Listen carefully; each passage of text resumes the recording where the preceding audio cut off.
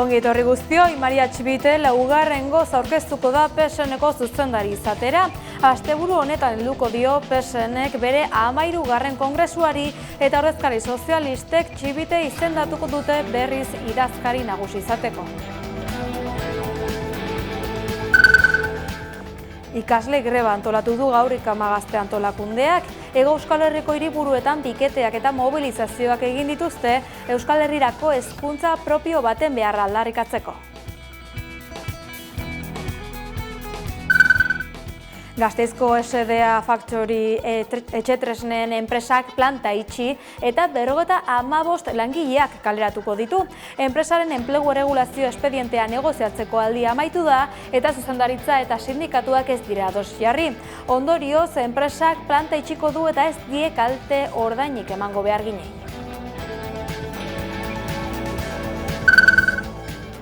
Goizean goizetik haizeak gogor izan da gaurkoan Euskal Autonomia Erkidegoko bazterrak astintzen. Bilbon Loiuko aireportuan 30 hegaldi bertan bera gelditu dira haize denboralearen ondorioz.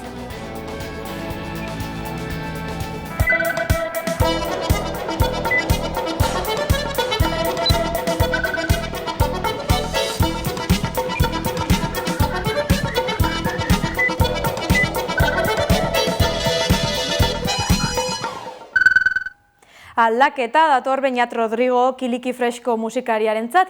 Txilmafiari agur esatearekin batera EP bat kaleratu du, bakarka 7 kantaz osatua daren lan berria eta bakoitzak bere estiloa du. 11 telebistako aktualitate saioan izan da musikaren eskulangilea.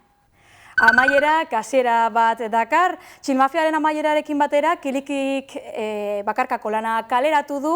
Scroll, aro berriaz hitz egingo dugu jarraian eta hori dela eta gurera etorri da Beñat Rodrigo Kiliki Fresko, ongi etorri?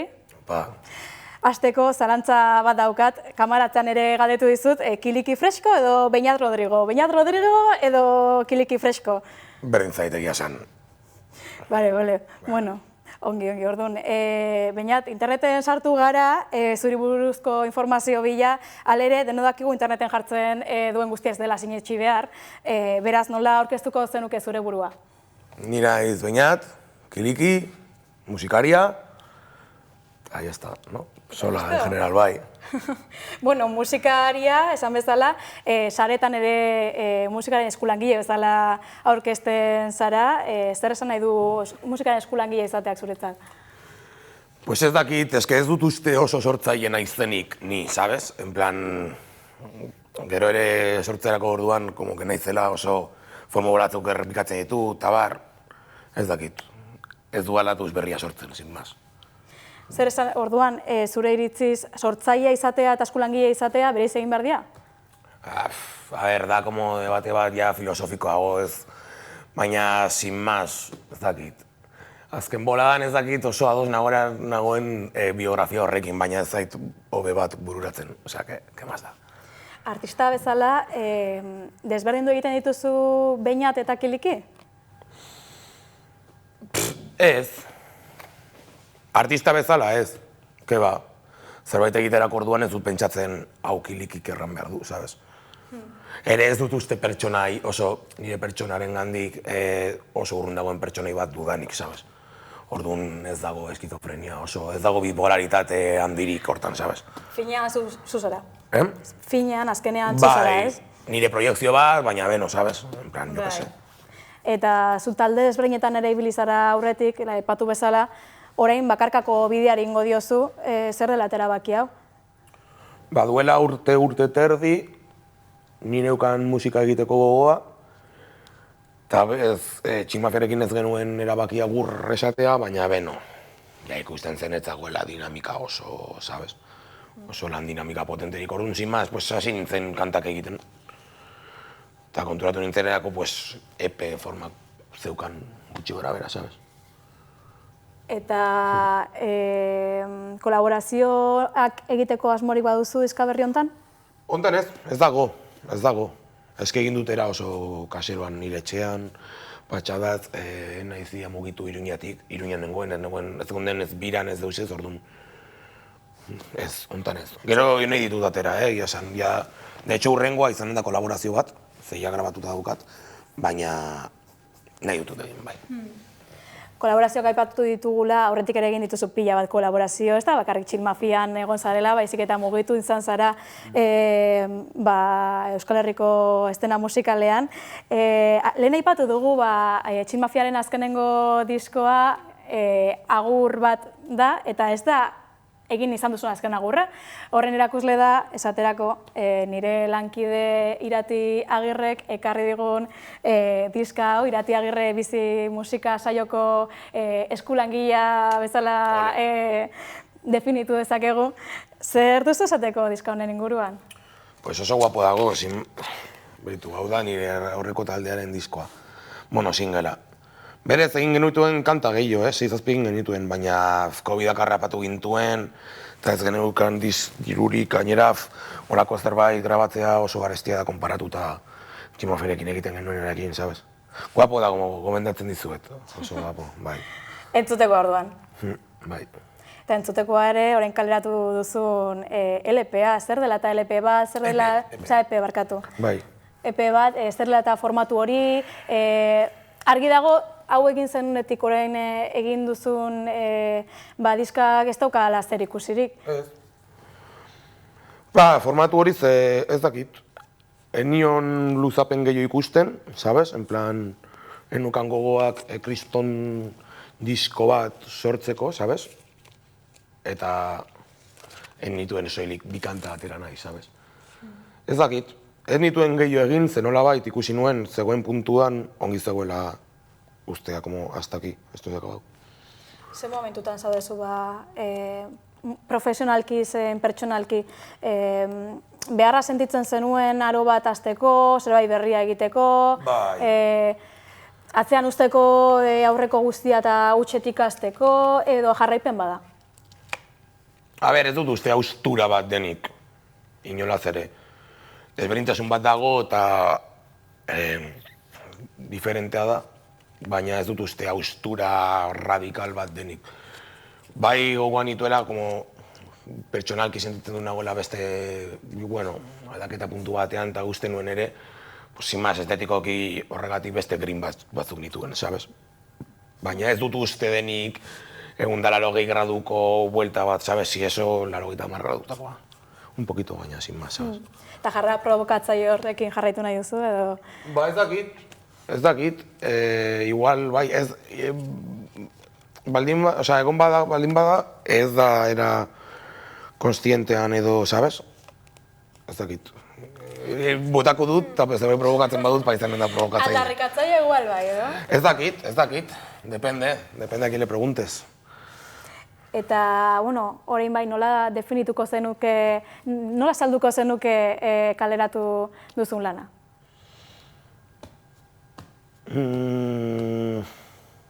Niretzat, nire ustez, nahiko guapo dago. Ez dakit definitzen soinu aldetik, sabes? Baina nik erren nuke nahiko guapo dagoela. Eta egia esan, nik artearekin kriston fascista naiz, sabes? Como oso kritiko naiz eta bar, eta niretzat guapo dago. Bueno, ez dara guapo. Ni pozik talasin nago. Ez soinu aldetik, kanta bakoitza palo bat da, ez dut erren nire palo bat, es un palazo, baizik eta palo desberdinetakoak dira, genero aldetik, orduan. Aurrekoa baino borobilagoa. Poperoago estruktura aldetik erranen nuke. Sinte asko dago handik, ez dakit. Zenbat abesti daude guztira, 7 abesti, eta bakoitza genero edo modu desberdin batean egin duzu. Nolakoa izan da honen sorkuntza? Nola egin dituzu kanta bakoitza? Bueno, sortzeko modua izan da berdintxoa, denak nire etxean, joatea egiten, eta gutxi gara bera, joaten ziren egiten kantak bakarrik. Baina hori, gero ja soinu aldetik bakoitza pixkat ezberdina da. Egonen dira loturak fijo, baina ez dakit. Kuriositatez, nola sortza dituzu kantak? Zure gelan, zure gelan entzerratzen isten den horietakoa? Rollo nire gelan, nire etxean aspertuta, pijaman, batez ere. Eta gero ja, amaitu itzazket kanpoan, baina azten produzitzen nire gelan, eta egiten dut melodia bat, hola lolo, hola oso pagadizoa, eta horren ari da, sabes? Gehien bat. Bueno, artista bakoitza mundu desberdin bada. Bai, eta laguntza izan duzu gero ostean grabaketetan eta... Bai, produkziotan, produzitu dut ardizka kanta gehienak Alexekin, Txilmafiako produktorea, agian ni hasten nintzen eta berak segitu alrebez. Kanta bat egin dut Densorekin, dela Arrasateko produktore bat, eta gero nahasketak egin ditut Hans Krugerrekin, dela soinu teknikari mitiko bat, Iruñakoa, eta, bueno, Subizakoa, Iruña ondoan. Eta, nik uste hori izan dela la hostia, sonatzen du dela hostia. Eta gero Magsterra egin dut Alex Ferrerrekin, Barcelonako tipo batekin. Baina bai, egon dira esku askoz gehiago hontan. 7 horietatik lehenengoa kaleratu zenuen duela gutxi, irudietan ikusi dugu duela, oraintxe bertan, Scroll deitzen da abestia, konta zu pixka bat gehiago, zertan datza abesti honek, Scrollek berez, bai adierazten du hori, interneten eta saretan sartzeak eta pasatzea, bideoak pasatzearen ekintza hori. Bai, egin nuen kanta, nengoelako etzan da nire oean, mugikorrarekin, ikusten Twitterra, eta justo zen Israeleko movidaren zeudela bombardatzen hospital pila bat, izu puta madre. Eta nengoen nola, ikusi ditut ez dakitzen bat aur masakratuta, sabes? Eta oroitu nuen tweet bat del Ignacio Pato, dela kazetari bat, eta tuitean zioen, como el año en el que scrolleamos un genocidio, eta geratzen zen alo, buah, que jarto, scrolleamos un genocidio, sabes? Eta sin más, pentsatu nuen material suficiente zela kanta bat egiteko, sabes? Hombre, bada, azkenean gazteok gehien bat, gazteak ez direnak ere bai, baina gazteok gehien bat interneten munduan bizi gara, da gure realitatearen parte bat, esan dezakegu. Bai, eta ez dut uste zerbait implizituki txarra denik, baina beno, errealitate bat da, sabes? Hori zai gordatu TikToken edo sartzea eta orduak pasatzea konturatu gabe, eta bai. Baina ez dut uste hori txarra denik berez, baina gauza asko gertatzen dira hortan, sabes? Bueno, beraldonak eta txarra ditu, esan dezaz, bai. Gero gainera, bai genozidioa aipatu duzula, bai egia da justo horrelako gaiak, ez dakit normalizatu egin ditugun sareetan, edo ohitu egin garela, horrelako gauzak ikustera, igual, hori da kritikatu nahi zenuela abestian? Ez dut uste kritika bat denik, ez zitzaidan nahi beste interesatzen como movida honen plano morala, sabes? Bezik eta... Ez dakit, kritika moral bat ez den arren como harrigarria da, sabes? Ez nuen kritika bat egin naiz, de hecho hasieran estribilloa desberdina zen, sartzen como voy a explorar la muerte, me será indiferente, me parece muy fuerte, eta kendu nuen lo de me parece muy fuerte porque, como, ¿qué más da lo que a mí me parezca, sabes? Baina bai egia dela, pues bueno, nik uste pizkat insensibilizatzen nahuela, sabes? Igual hori utila izan daiteke, ez dakit.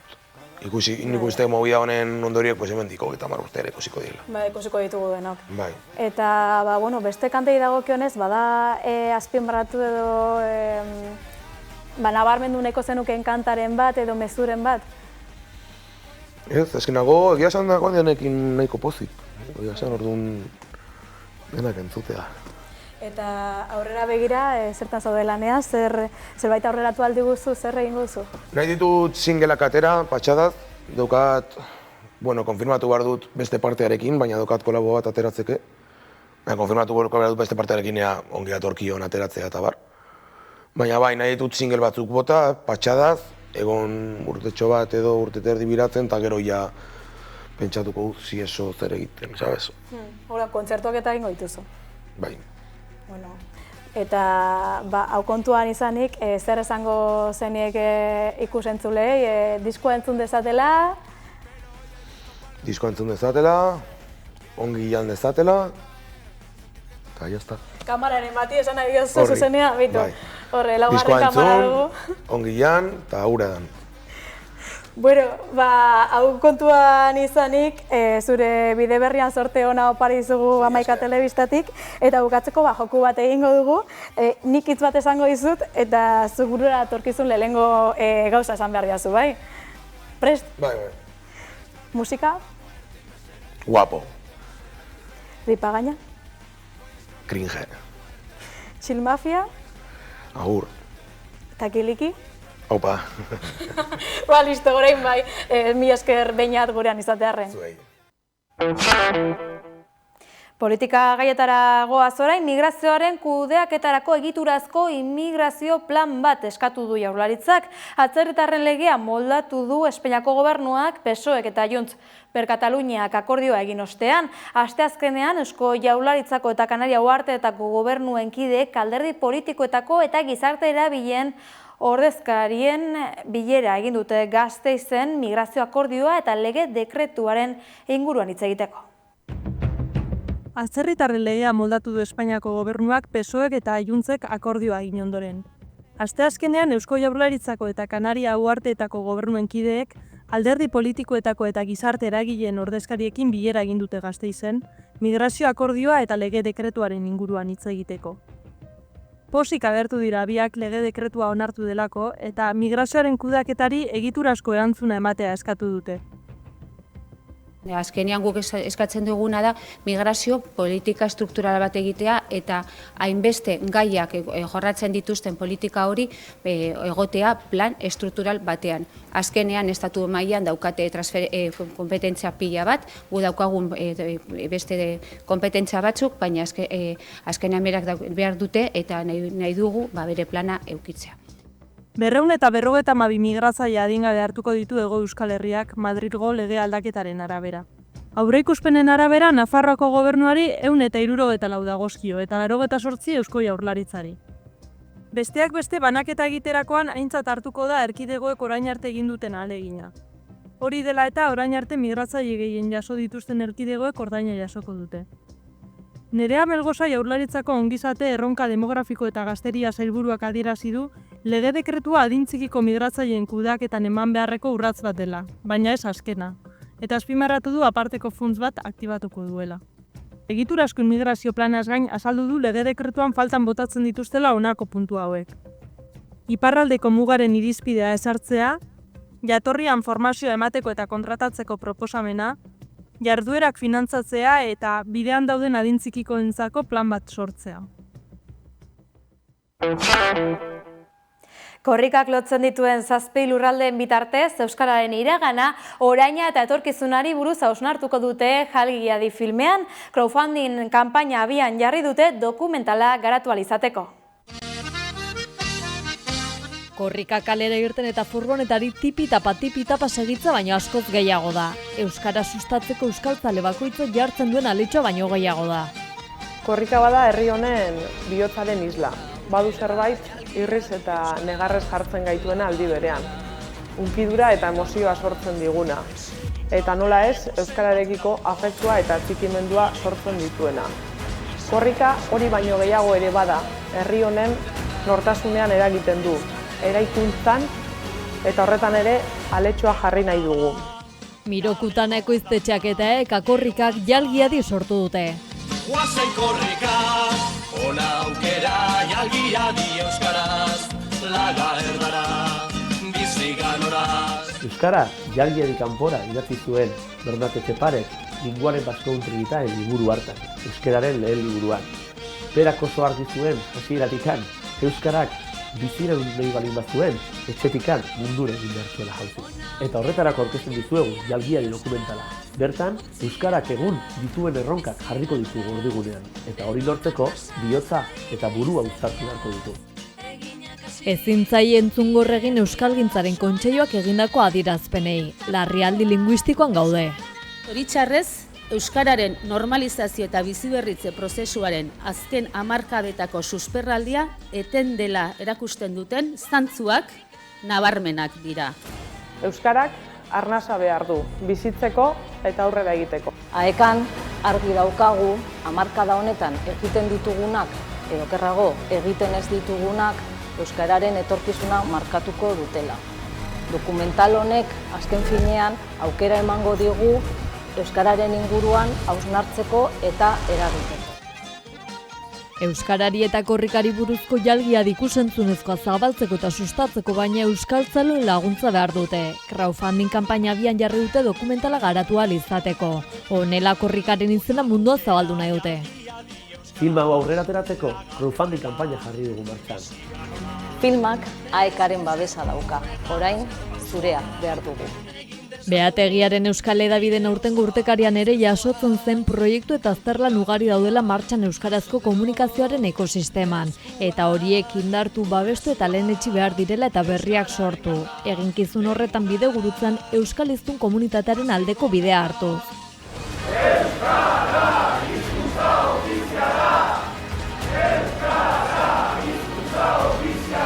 Eta eskatu genuen zuzendaritzari egin zezaten euskaraz azterketa hori.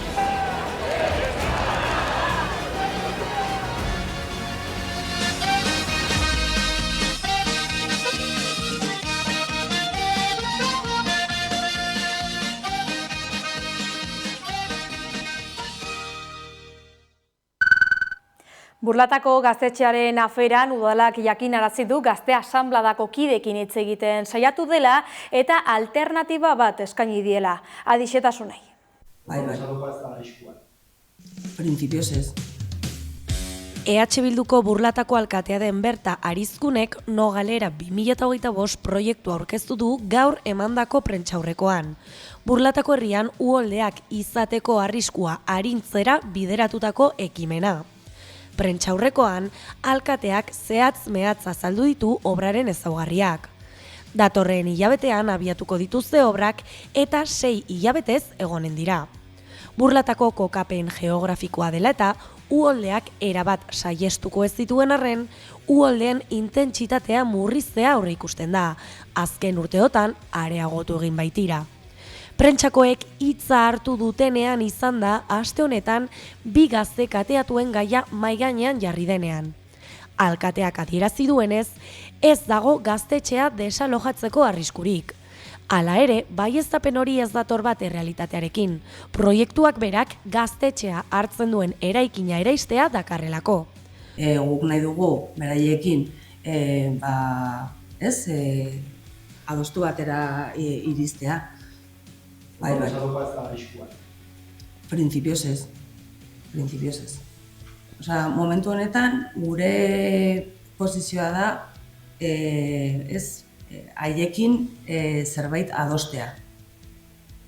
Ez baldin badugu lortzen, ikusiko dugu nola konpontzen dugu arazoa, baina printzipioz desalojoa ez dago mahai gainean.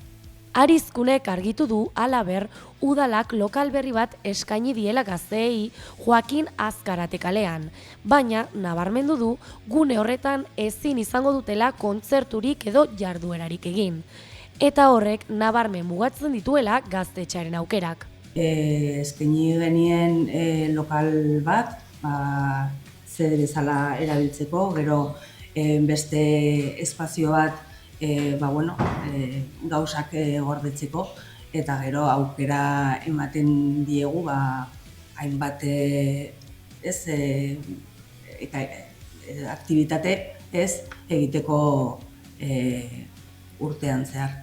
Alkateak gogora ekarri du gazteek 2022tik zekitela gaztetxea No Galera proiektuak eraitsi behar zuela. Eta gaineratu du udala negoziazioetara irekita dagoela oraindik. Astelenean eta asteartean, beraiekin egon gara harremanetan, baina egun hauetan ez zuten ezer eskatzen.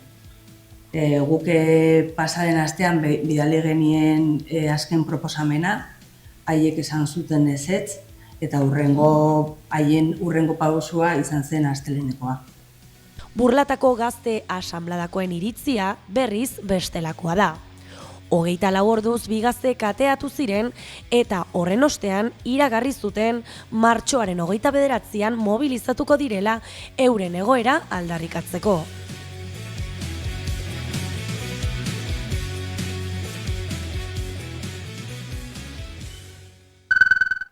Euskal Herria Bizirikek martxoaren 22an Euskal Herria ez dago salgai lelopean antolaturiko manifestaziorako deialdia egin du. Manifestazioak jaso dituen atxikimendua publiko egin du Gasteizen egindako agerraldian. Egungo errealitatearen urgentziak indarrak batzea exigitzen digu.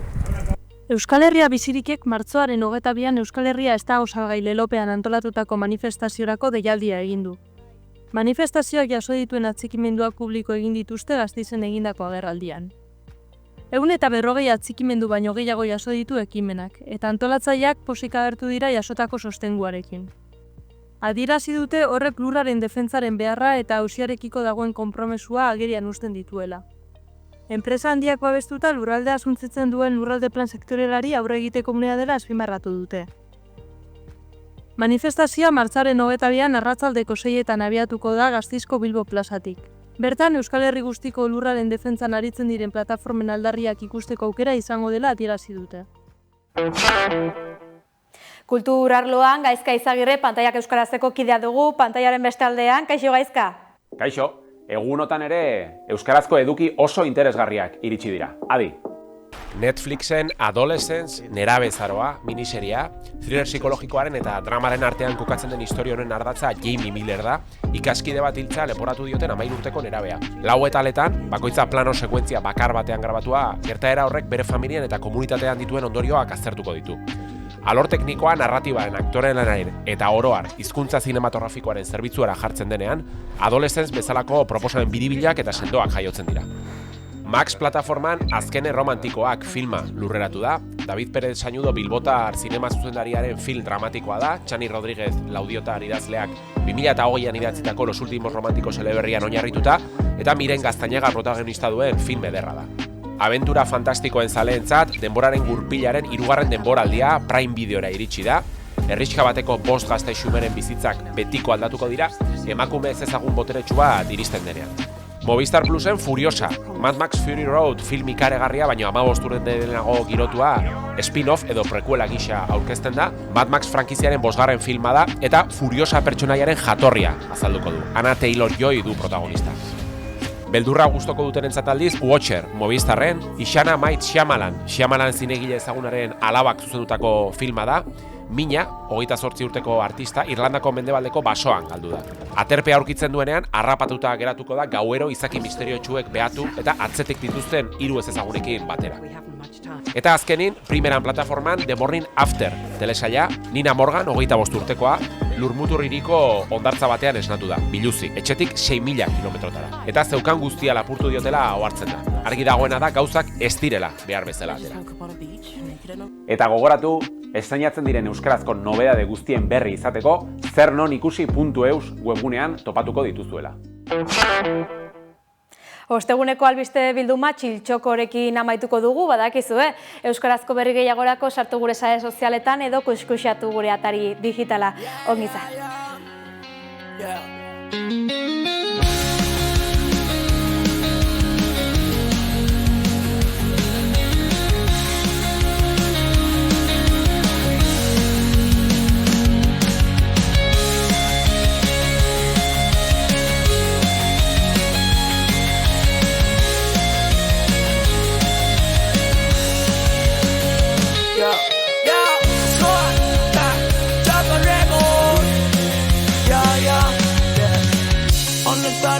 Jaio nintzen ni, eta nilkoa naiz ongi.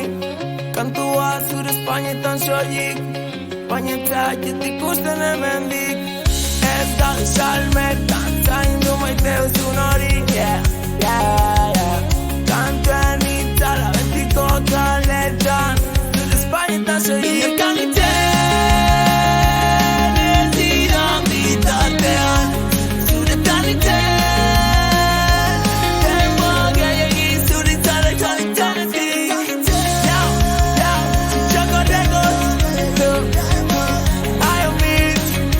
Let's go.